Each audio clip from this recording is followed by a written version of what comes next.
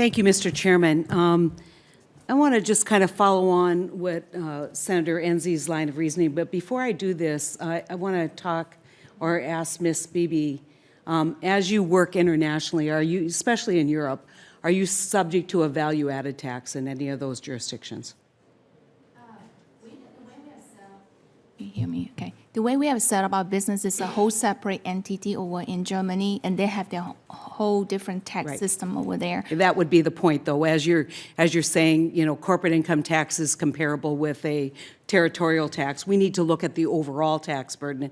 Obviously, the United States has elected not to do a value-added tax, although typically in Europe, a value-added tax is the major revenue producer for most of the countries. And so we just want to make sure that when we're talking about comparing apples to apples, that we actually have the same kind of set of facts. And so just want to kind of lay that down, that it's important that, you know, the United States has elected to have a system where we allow for a foreign tax credit.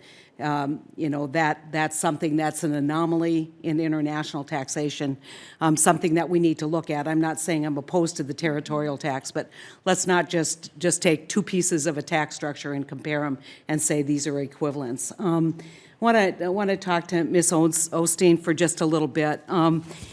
You know, let me give you an example. I have a lot of people in North Dakota who do exactly what you do.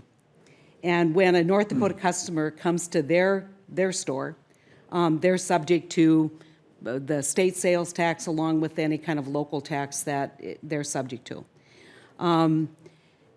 Don't you think one of the primary elements of taxation is that people who do exactly the same thing ought to share the exact same burdens? Yes, I do agree with that, but the Marketplace Fairness Act was not leveling the playing field. What the Marketplace Fairness Act is doing is asking me to remit sales tax based on a customer location. When I go shop at a retail store, I am charged based on the retail store location. Yeah, that's not exactly true. If you were a business who basically was audited, you would be subject to sale and use tax. That's been a compliance burden for years and years. There isn't any state that has a sales tax that it doesn't impose a corresponding use tax. And so I just want to kind of give you the perspective of people who work in Main Street businesses who, you know, get asked to contribute to the local you know, school fundraiser or do the Girl Scout thing. And there is a woman that we met a couple years ago who runs a pet store. And she specializes, she trained all of her employees to basically understand pet ailments and to recommend different kinds of pet products, pet nutrition products. Unfortunately, the jurisdiction she's in has a 10% sales tax. She was losing business every day. She also has a small internet business that she runs. She's losing business every day because that 10% she can't compete against.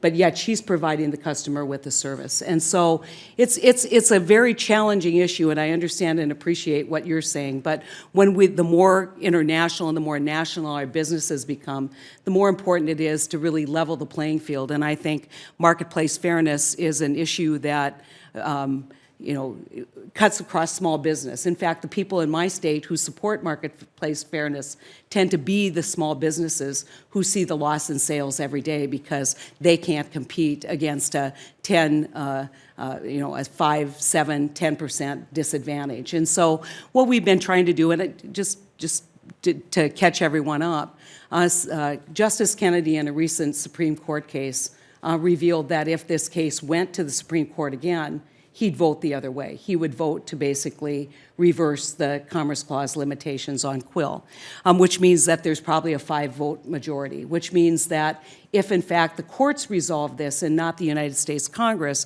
what's likely to happen is there won't be a small seller exemption. There won't be a requirement for software and that people cooperate. There won't be restrictions on the number of audits. It will be wide open, and then you'll be subject to jurisdiction from literally thousands of jurisdictions as opposed to the streamlined process that's been set forth in marketplace fairness. And so I think it's important that we not have the false choice of this or that, because Right now, I think there's many internet or many Main Street businesses that are gearing up for a new Supreme Court case, in which case the table might be reversed, and we might have small business internet sellers in the Small Business Committee saying, please, please, please give us the protections that are being offered by the Marketplace Fairness Bill. And so this is an incredibly complicated issue. It's an issue of fairness, and I appreciate that, that this is challenging for small business, but it's really challenging for Main Street businesses that are competing unfairly and lose sales because of this problem. And so I, like Senator Enzi, would like to submit some additional questions, but thought it was important to make those 2 points as we move forward. And, if I can just, Mr. Chairman, tolerate one more minute. On another committee that I'm on, we're looking at streamlining kind of regulation. We're taking a look at what it means for small businesses as we look at other kind of compliance burdens, including tax compliance burdens. We have a website called Cut the Red Tape. I hope that you all take advantage of that and send stories about other kinds of compliance burdens and tax compliance burdens, because we think we can do a much better job for small business in America. Thank you, Mr. Chairman, for the extra time.